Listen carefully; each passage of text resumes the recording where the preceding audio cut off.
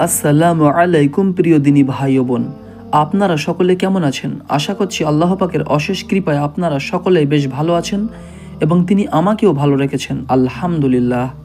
তো প্রিয় দর্শক, আমরা এখনও অধিকাংশ মুসলিমই জানি না আজানের শেষে কোন বিশেষ দোয়া পাঠ করতে হয়, এবং আমরা অনেকে এটাও জানি না যে এই আজানের শেষের এই বিশেষ দোয়াটির ফজিলত বা গুরুত্ব কতখানি। অথচ একজন মুসলিম হিসেবে আমাদের এই গুরুত্বপূর্ণ বিষয়গুলি অবশ্যই জানা দরকার এবং তার উপর আমল করা দরকার। সুতরাং বন্ধুরা, আসুন আমরা আজকের এই ভিডিও থেকে জেনে নিই আজানের শেষে কোন বিশেষ দোয়াটি পাঠ করতে হয়, তার অর্থ কী, তার ফজিলত কী ইত্যাদি বিষয়গুলি। তো ভিডিওর মূল পর্বে যাওয়ার আগে বিশেষভাবে আপনাদের কাছে অনুরোধ থাকছে, আপনারা প্লিজ মাত্র কয়েকটা মিনিট ধৈর্য ধরে আমাদের এই ভিডিওটি সম্পূর্ণ দেখতে থাকুন। আশা করছি আপনাদের ভালো লাগবে, অনেক কিছু জানতে পারবেন, আর আমাদের প্রচেষ্টা এবং পরিশ্রমও সার্থক হবে।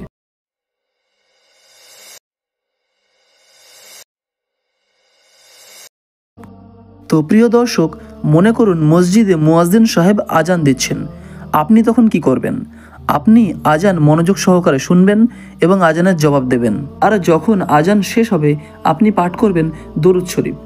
আর ঠিক এরপর যে বিশেষ দোয়াটি পাঠ করতে হয় সেটির ব্যাপারেই আমাদের আজকের আলোচনা। তো আজানের পরে কোন বিশেষ দোয়াটি পাঠ করতে হয় সেটা তো আমরা জানবই, তবে তার আগে প্রথমে আমরা দেখে নেব এই দোয়াটির ফজিলত বা গুরুত্ব কতখানি।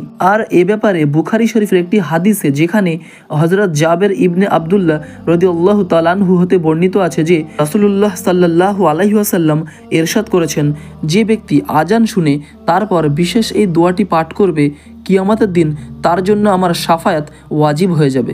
সুবহানাল্লাহ।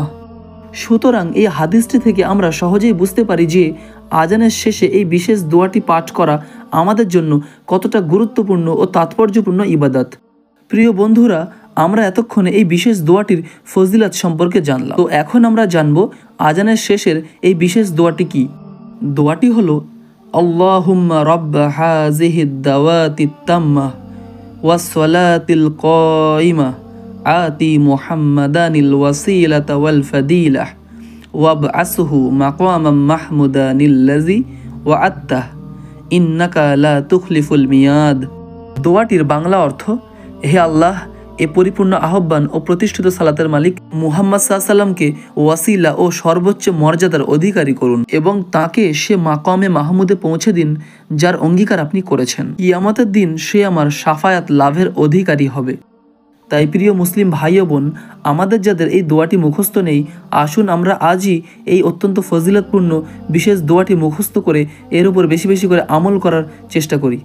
আল্লাহ পাক আপনি আমাদের সকলকে শোনার ও বোঝার থেকে বেশি বেশি করে আমল করার তৌফিক দান করুন, আমিন। আর ভিডিও শেষে আপনাদের সকলের কাছে আরেকটি রিকোয়েস্ট থাকবে, আপনারা অবশ্যই ভিডিওটি বেশি বেশি করে সকলের মাঝে শেয়ার করে দিন। আর যদি ভিডিওটি ভালো লেগে থাকে অবশ্যই একটা লাইক করে দিন।